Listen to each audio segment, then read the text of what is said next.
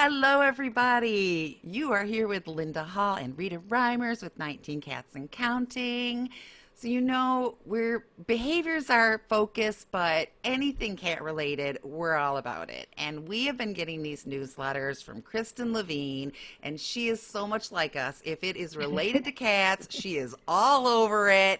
And I just fell in love with her, and we had to reach out, and she said yes. Yay. So we are going to focus today on discussing assimilating new cats into your home. You do not want to miss this. Stay tuned. We'll be back right after this word from our sponsor.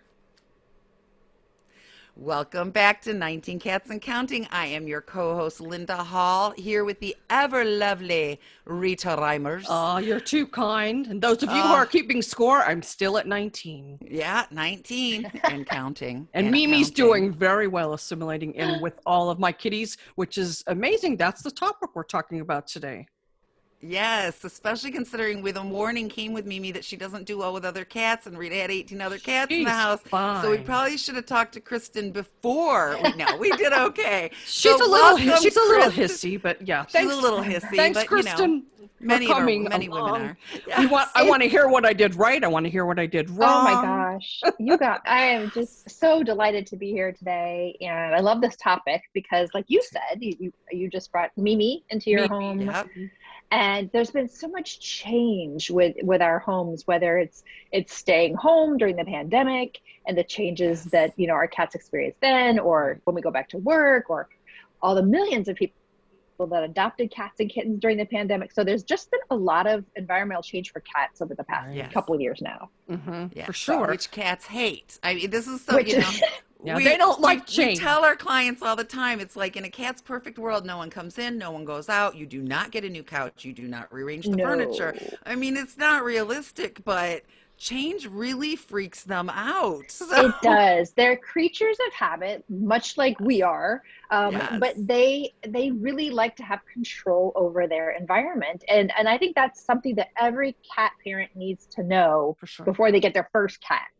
Because as you ladies know, just about every strange or bad or unhealthy behavior all ties back to it's a cat just being a cat, and you're screwing it up for them. Yes, for sure. But we're not born with that knowledge, and we're not cats. So we just kind of have to figure it out and listen to great shows like this to learn more. And it can be really challenging. So did you want to talk about adopting a cat and bringing it into a new home, or just really any kind of transition for a cat? I think any kind of transition, because I adopted one that Mimi, she was 15, she's diabetic. Her owner just couldn't take care of her anymore. He had too much going on in his household, and surrendering her to a shelter would have been certain death. So I brought her in. I was told she didn't get along with other cats. Well, she's fine with them. She has to set a boundary. She just hisses, and there's been no fighting. Great. I'm lucky that was an easy transition. Linda had a transition that wasn't so easy. So what is the difference? What makes it easy versus difficult? We like to start cats off in a small room, and that's, when Rita's saying it's easy, I'm thinking, because you didn't open the carrier and just plop the cat out in the living room and go, here's your new friend, enjoy. Right. A lot of people do that. Right. That's why it was easy, because you knew what to do, which is what we're here to have Kristen tell us. And when I took my daughter's 4 in, and my daughter, there was not 4 small rooms to separate these cats. It really was just, you brought them over kind of one at a time. Right. Yeah, we brought one, and then we brought another, and then we decided we couldn't just bring the 3rd and leave the 4th home alone in the apartment, so we brought the last 2, but it was a little hairy. But so I think I kind of think there's a recipe for a positive transition that includes planning, patience, and creating a new routine that mimics what your cat is used to. If you're transitioning the cat from one residence to another, whereas when you're adopting a new cat, you don't really know what their previous routine was. But the planning and preparation is really key, and it starts those first few minutes, and the first few days are really key. So. And I can learn as much from you ladies as I'm going to share today. So please jump in here. But no one knows everything. That's the thing. No one knows everything about cats, because when you think you do, they will surprise you. Exactly. It's true. Well, I'll tell you what I did when we recently sold our home and we moved to a new home. And one of the first things I did was I got Olivia's carrier out. Oh, hello, who's that? Jumping behind us. Yes, Karma. Karma just came out of nowhere and flew. Yeah, she was rescued from a feral colony, and I still can't just go up and love on her, and you won't catch her in my lap, but she sleeps close to me, and I can touch her if given the correct approach. But this romping around is relative. Yeah, this playing stuff is, new, but we're loving it. She's been there for 4 years. Good. Yeah. Very cute. Yes. But yeah, so anyway, the way I started Olivia out, and this is a great plan for anyone, is to have a carrier, a secure carrier, preferably one that your cat is familiar with, or one that you can make more comforting for them by spraying pheromone spray inside of. And you want to transport the kitty from wherever you're bringing them from to your new home in a carrier. It's the safest way to transport them. They're kind of, in a dark enclosed space, and hopefully the pheromones are kicking in and it kind of calms them a little bit. When you get to the new location, it's ideal that you have a particular room designated as like the transition room. That's what I have. Yeah, and it's going to be different for everybody depending on how much space you have, how many other cats you have. It could be, ideally you want a room that's a little bit more quiet than, maybe away from the busiest part of the home. Yes. It could be maybe a spare bedroom or a spare bathroom that doesn't get a lot of use. Right. Could be a laundry room, but you want to just be mindful about the washer and dryer. Yeah, they can get behind there. And they can get the behind. noises Exactly. are scary, and Right. And before, I should say, part of that planning is setting that room up in advance before you bring the cat to that location. So you want to make sure there's a litter box. You want to make sure and it's easily accessible. I would recommend no hood in the beginning, just to make, some cats don't like hooded litter boxes. And plus this is unless you're bringing them from their home that had a hooded litter box. Right. Making sure you have their food and their water available, making sure you have toys for them, making sure there's ideally a place for them to perch or kind of climb up and look down on things. And then once you get them to that environment, keep kind of confining them to that one room for a period of, and this is where it's going to differ for each cat. It could be a couple of days, it could be a week, maybe longer. I don't know. What's been your experience as far as how long the transition has taken? Not a long time, because my cats have been through this a lot, and I have these greeter cats, Simba, Simon, and now Dexter, that like to come in and welcome the newbies. So Mimi was in her, I call it Nikki's room, because when it's my daughter's bedroom comes down in South Carolina to visit, she stays there. So I set up Nikki's room for Mimi. And she was closed in there alone. I would come up and sleep with her and, make sure but she seemed so bold. I opened the door after about 3 days, and I just let my other cats kind of wander in. Just those three. The other ones permanently stay downstairs. They don't care. And all of a sudden one day, I think she was with me like day 5. I was getting the meals ready downstairs because I feed the downstairs cats first. Everybody's all open though. And there she was in the kitchen wanting to eat with everyone. Wow. That's great. So like it was not a problem at all. I've never had a transition problem. I'm very lucky. Linda, however, with the 4 and the 7, and of course some of our clients, well, some of our clients, they'll just bring another cat home and just plop it down and go, here you go. And, you two cats duke it out. Right. At some point they do, but. And I think the other tricky thing can be too, if this home has a dog in it. So in my case, we had 2 dogs at the time. And so I was transitioning different species. So Olivia, she probably stayed in the master bedroom probably for 3 or 4 days before she even wanted to explore the new upstairs. So I think it depends. And you've obviously got greeter cats, which is super helpful for the new cat. And you're really so much transition that they're used to this. They're used to this meal, right? Especially my Simon. He's just such a gentle kitty, and he just wants to make sure the new kitty's okay, and he usually makes the first move. He's just such a sweetheart. He's a people greeter too. When I come to visit, he's the first one at the door. But I adopted a cat from North Carolina because it broke Rita's heart, and Rita didn't have room. She, I think, had 20 at the time, so she kept sending me pictures of this orange cat, just so beautiful, with his little eyes. But he was rescued from a feral colony. He was not feral. He was either tossed out or escaped. But I mean, he was beat up. He was FIV positive. Nobody wanted him, so I took him. He stayed in our bedroom. We had a pretty big bedroom at the time, the master suite, but he stayed in there forever, and I would open the door. Finally, he would go out and he would investigate the upstairs hallway, but I think he was so traumatized, and maybe I'm humanizing him, but I really think he was so traumatized by living outside and not knowing what to do. You know, he wanted that safe zone. So we were in the living room one day, and I heard a noise, and I look, and he's on the landing. There's about 4 steps to where we are, and he just looks like he is having a complete nervous breakdown. He just and he was like frozen. So I carried him back upstairs, and now he's all over the house. But it took months and months and months. I remember I really think it depends on the cat and the cat's personality and what the cat's lived with. And we have a dog, but it's a Chihuahua. I'm pretty sure she thinks she's a cat. I really, She was sitting in the litter box one day, and I took a picture, and I'm like, I told you.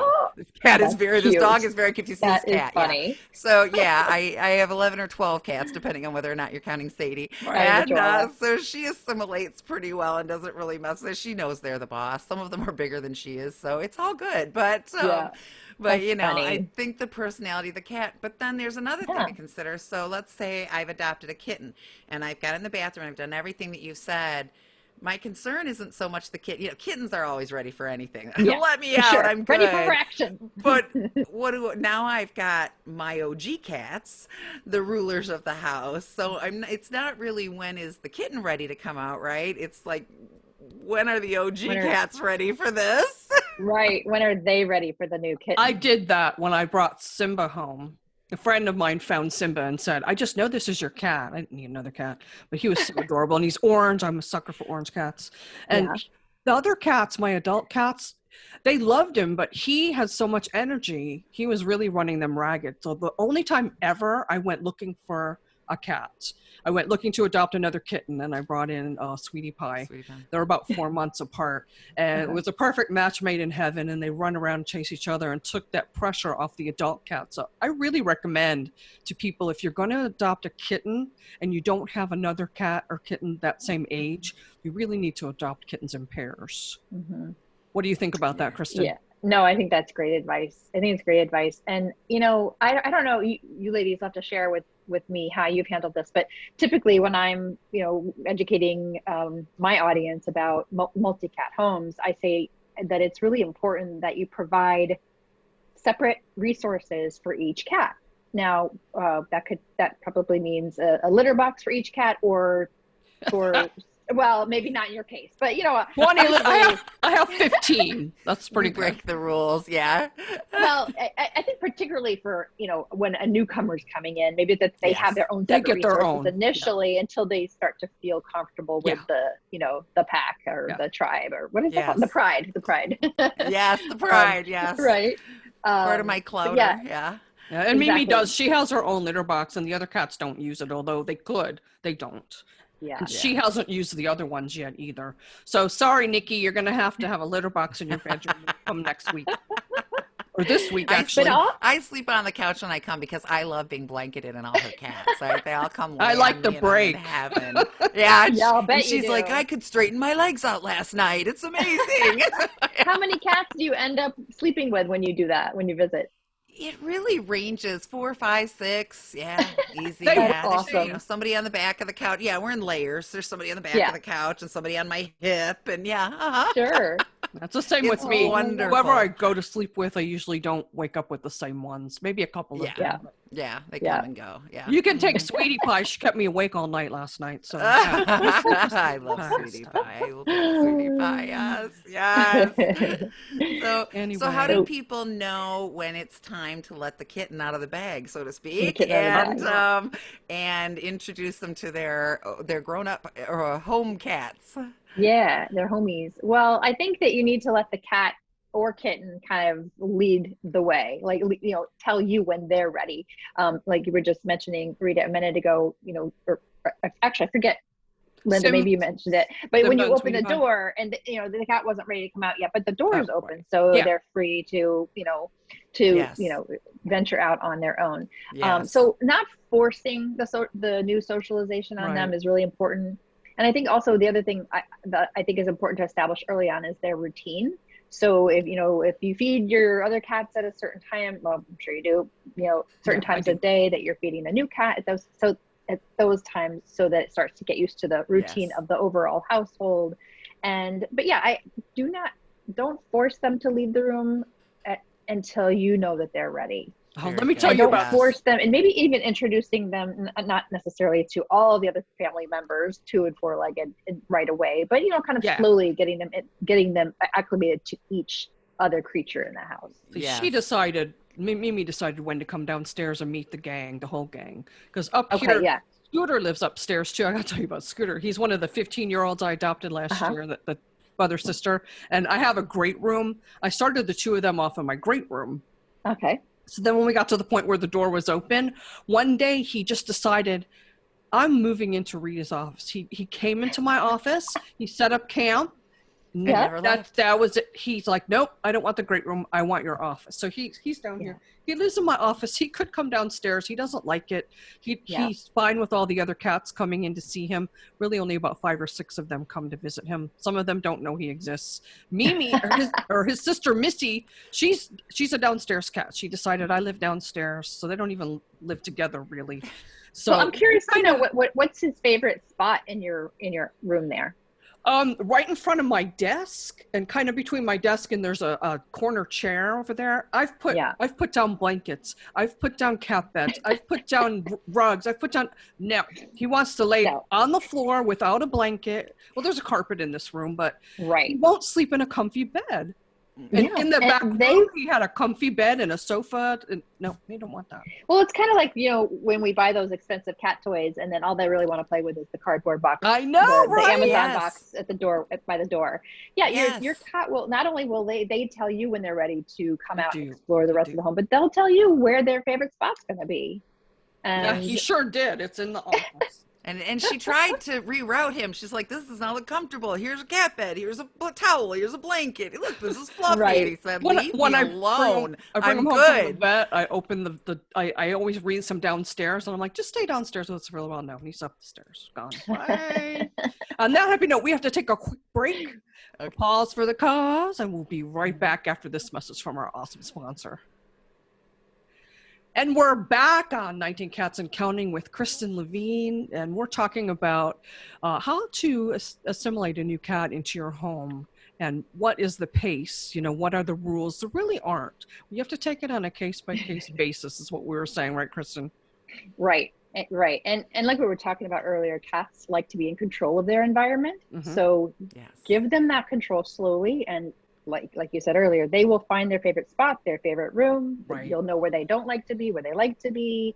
It's really up to them, within reason, obviously.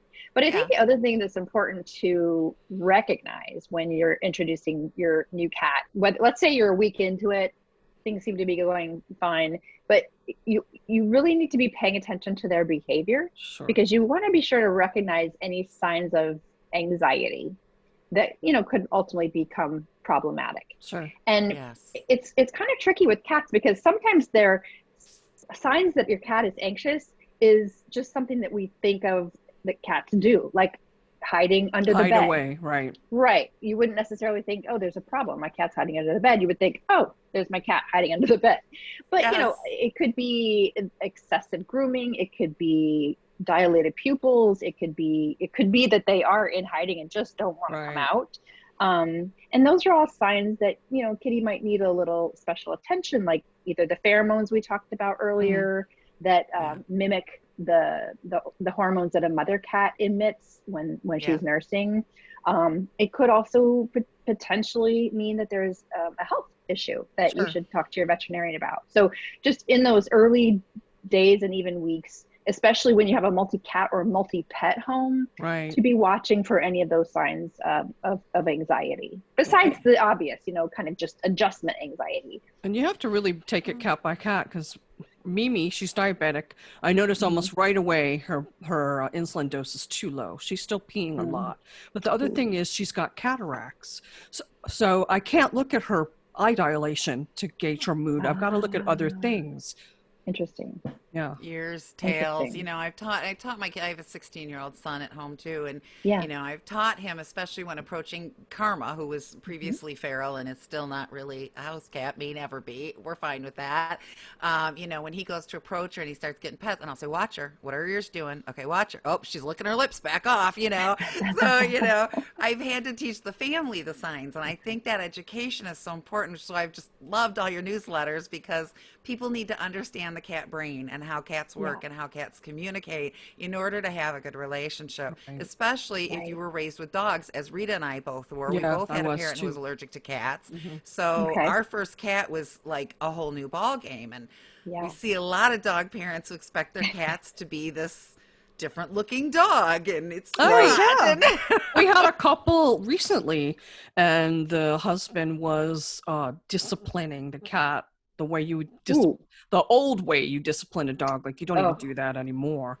Rolled up newspaper by the poo and yelled at it. Yeah, we were like, no. Oh my gosh. I mean, as soon as we said no, the wife looked at him and went, "See?"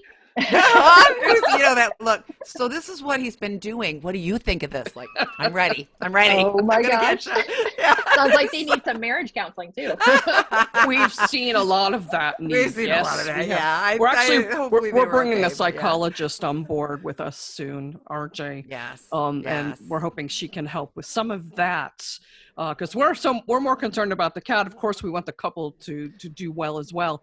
But I think RJ can add a new dimension to helping save. I know we've saved at least one marriage. Yes. They had been sleeping in separate beds for 8 months. One slept in the guest room with one cat and one in the bedroom with the other cat. Oh my gosh. So when we did a follow-up, and he said something like, and both the cats are sleeping in the bed with us, and we're like, wait, what'd you say?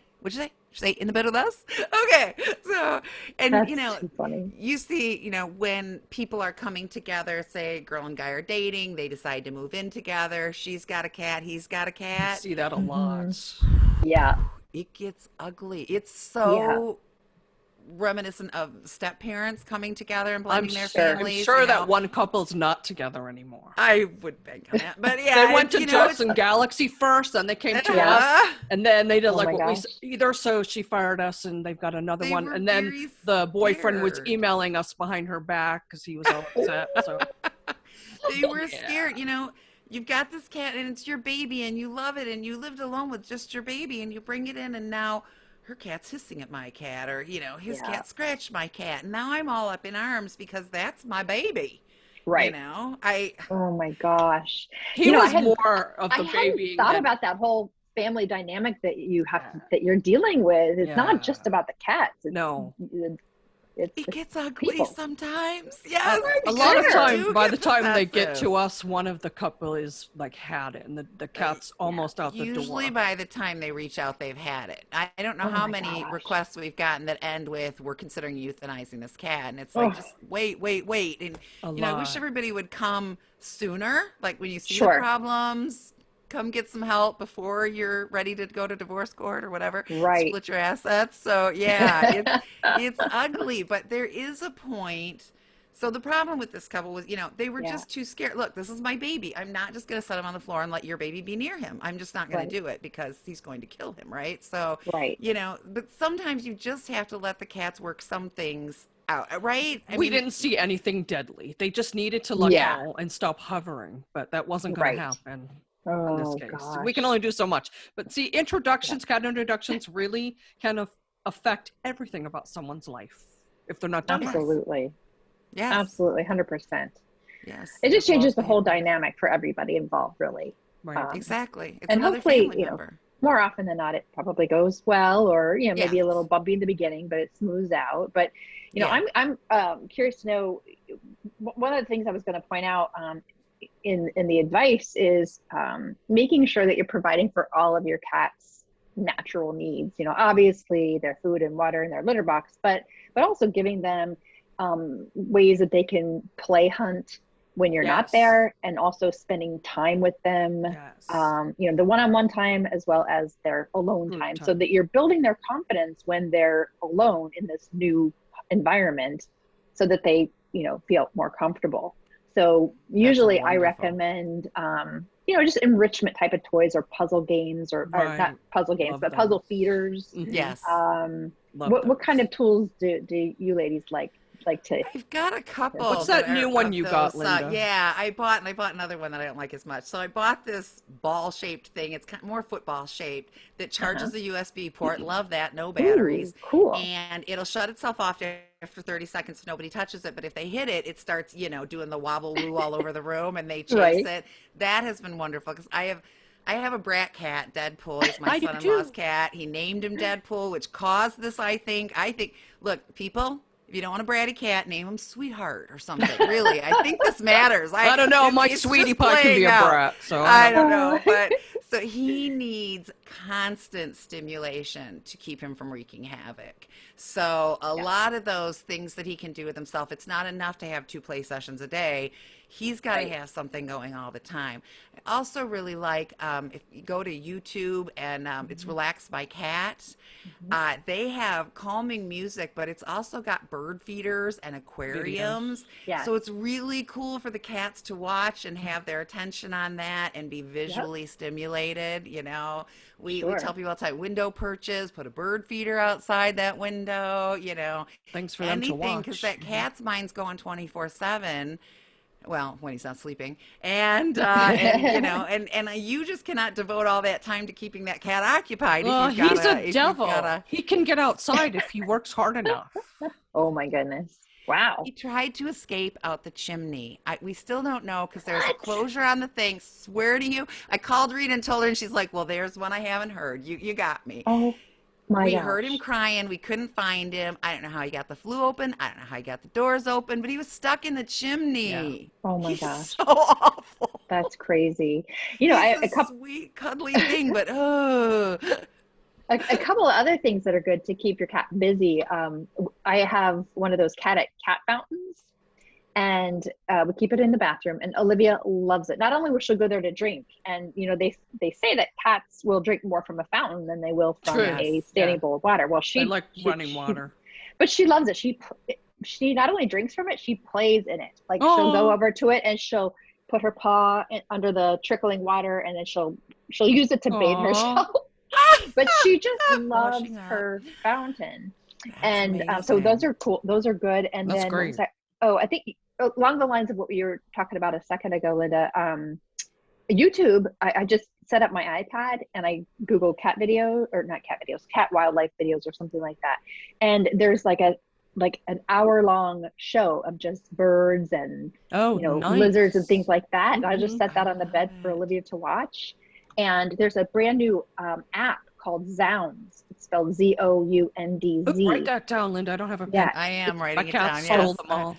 I'm keeping It's called Zounds Music for Pets, and they have playlists for dogs and cats. And when you click on cats, there's specific playlists for different types of, environment. Home alone, playtime, travel time if you're traveling with your cat. So check those out too.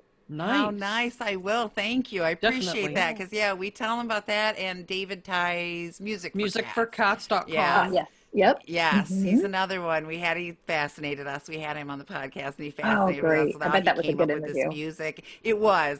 I love when I have people like you that I'm reading your newsletter, and I'm like, I love you. I want to talk to you. Like, I co-host a podcast. Let me give this a shot. And then you say yes, like, yay! If you don't get Kristen Levine's newsletter, you need to subscribe. What's your website, Kristen? Sure. It's KristenLevine.com. And Kristen is spelled KristenLevine.com. Or it's just easier if you remember Pet Living. If you just Google Pet Living, it comes up at the top. Awesome. So either way, and you can subscribe to the newsletter right there on the homepage. We send it out once a week, and we have tons of dedicated cat content I love it. Yes, about every area, which is what I love and what we try to do. You know, anytime we hear about something new for cats, a product, whatever, we're like, we gotta check this out. We gotta talk to these people. We gotta, you know, anything related to cats and their happiness. Well, behavior is our focus. Anything works. That we're there. So yes, your newsletter is a wealth of information. You can never read too much about cats if you're a cat owner. I hate to say owner, if you're owned by a cat. Right. Yeah, that's better. It's good to go to various resources for information because you get a full rounded experience of, you know, learning about what makes cats tick. Sure. And you get different interpretations of their behavior from different points of view too. So we're always learning.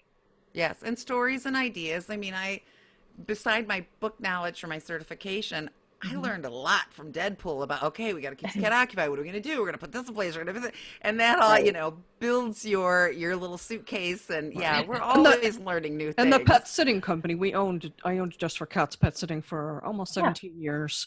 And Linda was our executive director for about 4 years or so. Yeah. And we learned a lot about cats through that too. I'll bet. And cat parents. The more exposure you have to other cats, and that works with your newsletter because this is information you've gathered about people and their cats and what comes up, and the more you can pack that in, the more you learn, the better prepared you are. It's so true.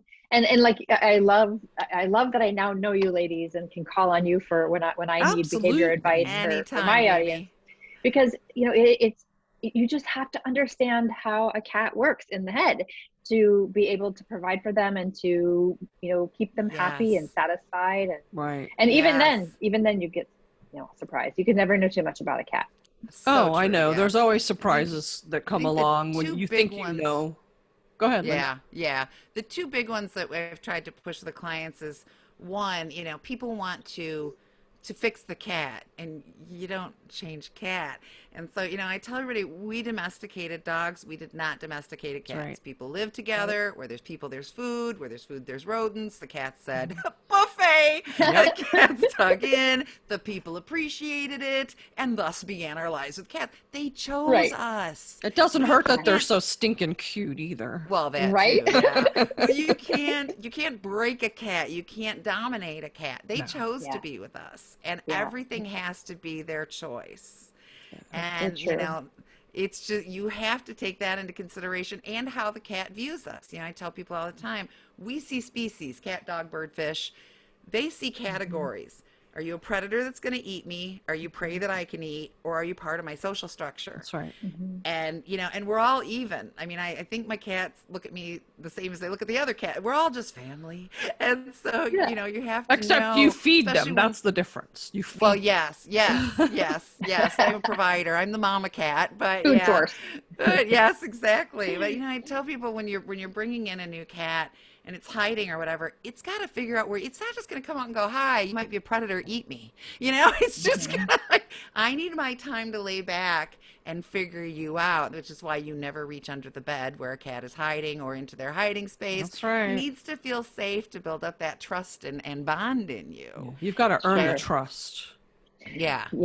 And my little, I was just, do I have time for a quick story? I was just going to ask you, Kristen, you know, what would you tell somebody? What piece of advice would you give?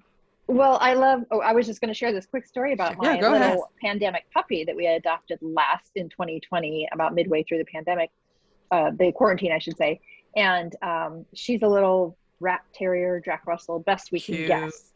And she came in to the house where I had my 12-year-old dog Chili, who kind of taught her the ropes.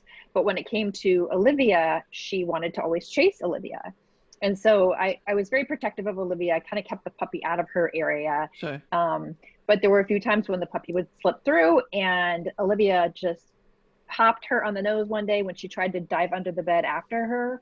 And I just love that cats are better at training dogs than I am. Oh, yeah. Because she set the boundary. Yeah. She did. You know, I tried for weeks to keep, you know, Tulip from chasing Olivia, but it just took a good swat on the nose from Olivia, and the dog was like, okay. So do they have a relationship now?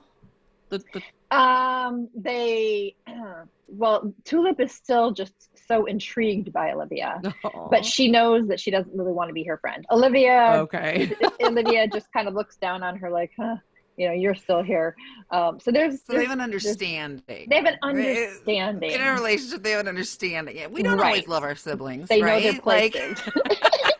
And that's okay. You love your sibling. You just have to live with them. And that's okay. We tell people, the goal is peaceful coexistence. If we get friendship, that's a bonus.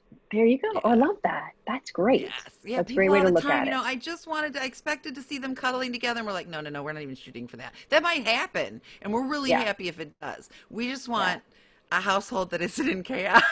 And you sometimes I don't see a newbie cuddling with another cat for a year or so, but it happens eventually. I'm trying to think. I don't think I have any cats that don't cuddle with someone. Even Smoochie cuddles with some of them.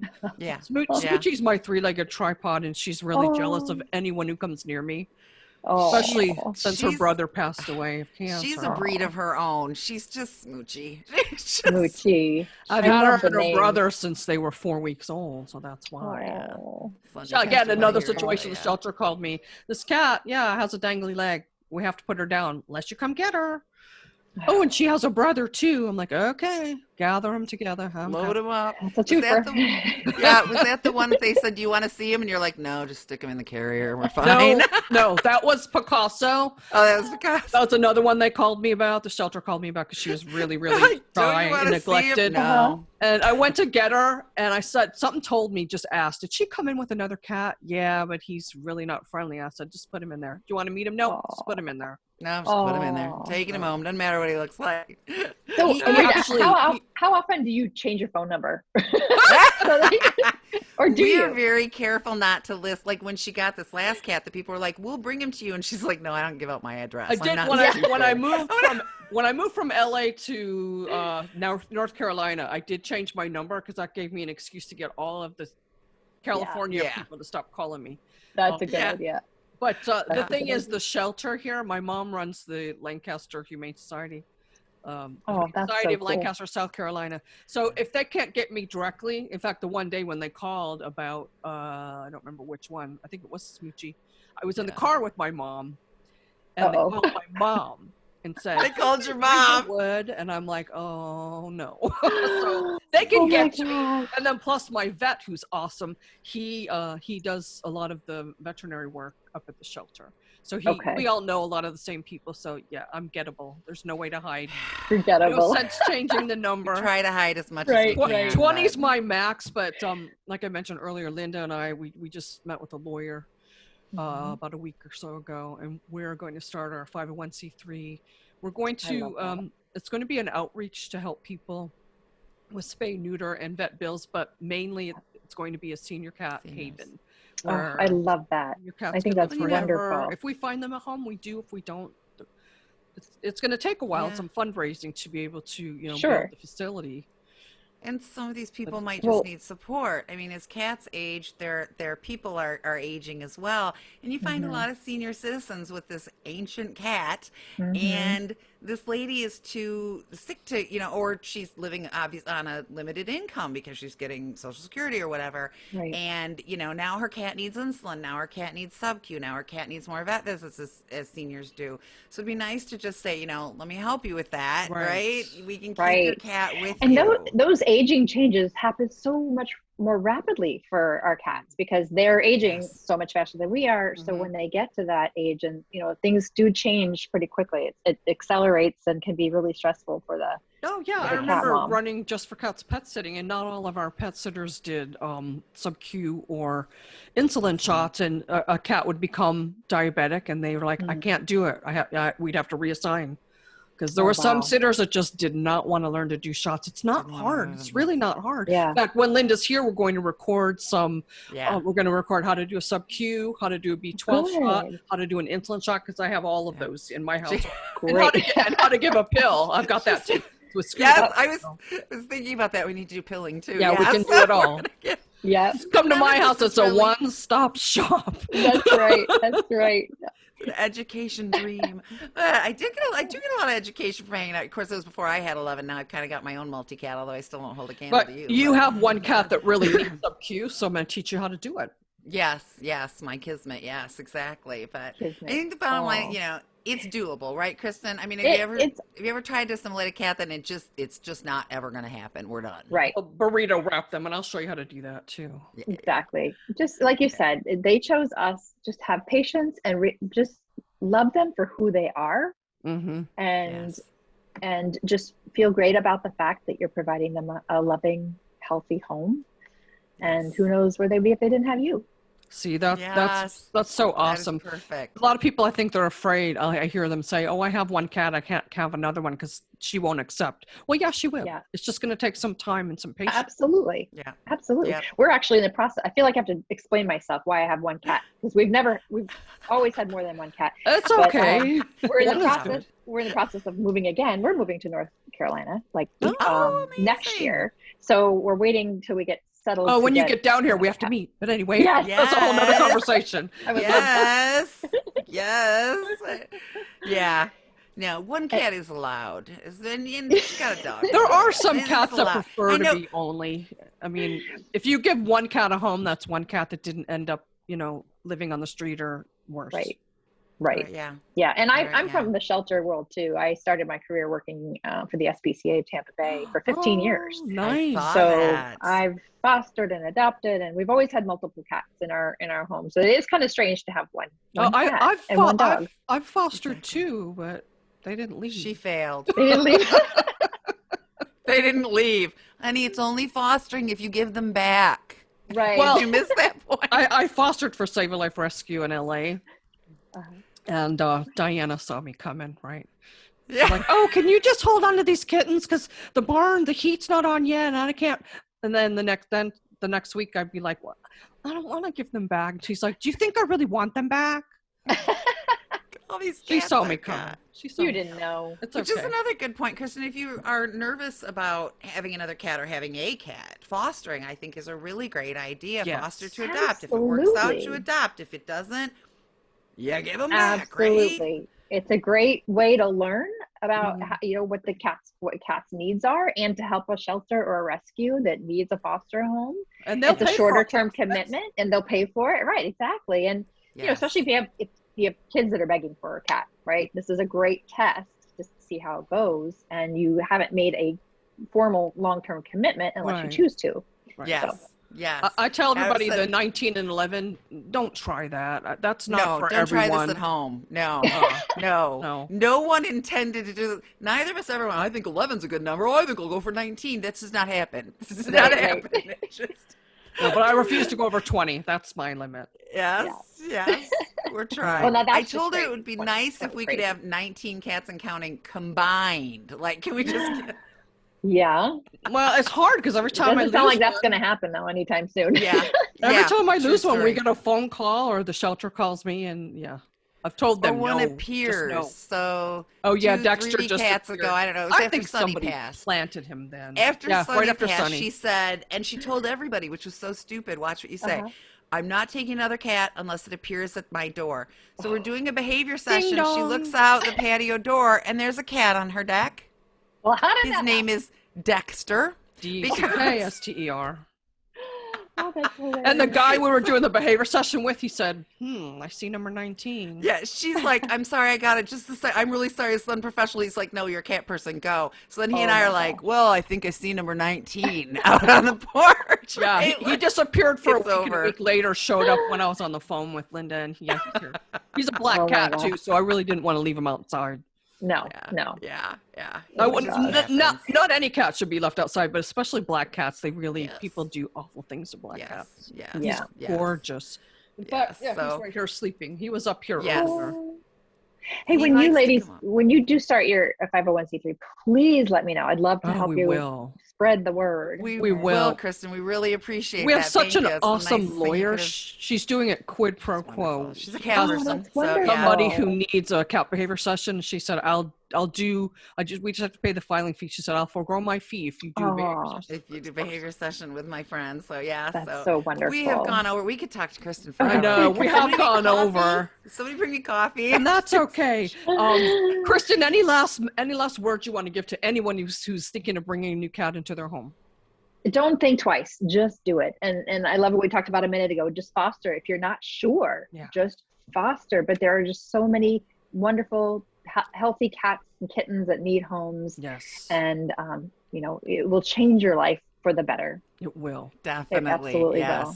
Yes, Thank you, Kristen. definitely. I so appreciate you being on our show. Thank you for having me. I want to have you on again. Let's do it again. We could have just done 2 shows here. And Linda, always my wonderful co-host. I can't thank you enough for becoming part of this crazy cat world. Beyond my pleasure, you know. And Mark Winter, the owner of Pet Life Radio. We just said, we have this podcast we started. How do we get it on your show, on your Pet Life Radio? And he said, I can do that. He just pulled us right over and took us under his wing. So thank you, Mark. Good man. He's awesome. He is. Until next time, everybody, just remember every day is Catterday, not just Saturday. Take care. Bye.